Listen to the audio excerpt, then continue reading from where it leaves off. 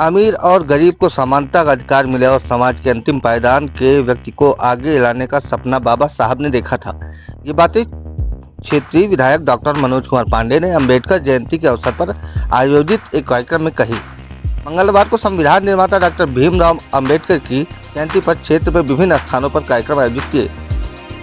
तनाव में आयोजित कार्यक्रम में क्षेत्रीय विधायक डॉक्टर मनोज कुमार पांडे ने शिरकत की, जहां उन्होंने बाबा साहब की प्रतिमा पर माल्यार्पण किया। इसके बाद विधायक डॉक्टर मनोज कुमार पांडे ने अपने संबोधन में कहा कि देश की आज़ादी के बाद बाबा साहब ने संविधान की रचना की, जिसमें उन्होंने समानता का अधिकार, समरसता व देश को एक धागे में पिरोने का सपना देखा था।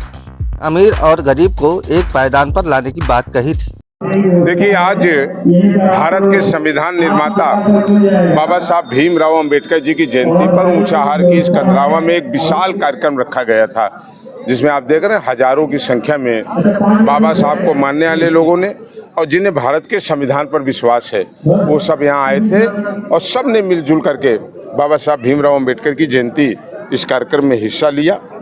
और हमें आज खुशी है कि आज जहाँ रोहनिया के धौरारा में नई मूर्ति बाबा साहब अंबेडकर के लोकार्पण करने का अवसर मिला, वहीं आज इस कार्यक्रम में भी आए हैं। और डलमऊ में आगे हमारा खलीलपुर ग्राम पंचायत है, जहां नई आज मूर्ति का भी हम लोग अनावरण करने जा रहे हैं। मेरा मानना है कि बाबा साहब भीमराव अंबेडकर ने एक नए भारत का निर्माण किया। आज़ादी की एक लंबी लड़ाई, लंबे समय तक मुगलों से लड़े, भारत उस हमले को सहता रहा, 500 बार हमला हुआ, उन्होंने खंड खंड करने का काम किया और फिर भारत अंग्रेज़ों के कब्जे में रहा। और जब देश के स्वतंत्रता संग्राम सेनानियों ने अपनी प्राण को न्यौछावर करके देश को आज़ादी दिलाई, तो देश को एक बड़े संविधान की ज़रूरत थी, एक ऐसा संविधान जिसमें सबको बराबरी का दर्जा मिले, सबको आगे बढ़ने का मौका मिले। तो ये काम अगर भारत में किसी ने किया तो बाबा साहब ने किया। और बाबा साहब को याद करने के लिए आज हम सब यहाँ पर इकट्ठा थे और बाबा साहब के रास्ते पर चल सकें, ये निश्चित रूप से हम सबका संकल्प है। रायबरेली ऊंचाहार से न्यूज़ नेशन इंडिया फर्स्ट के लिए ब्यूरो रिपोर्ट।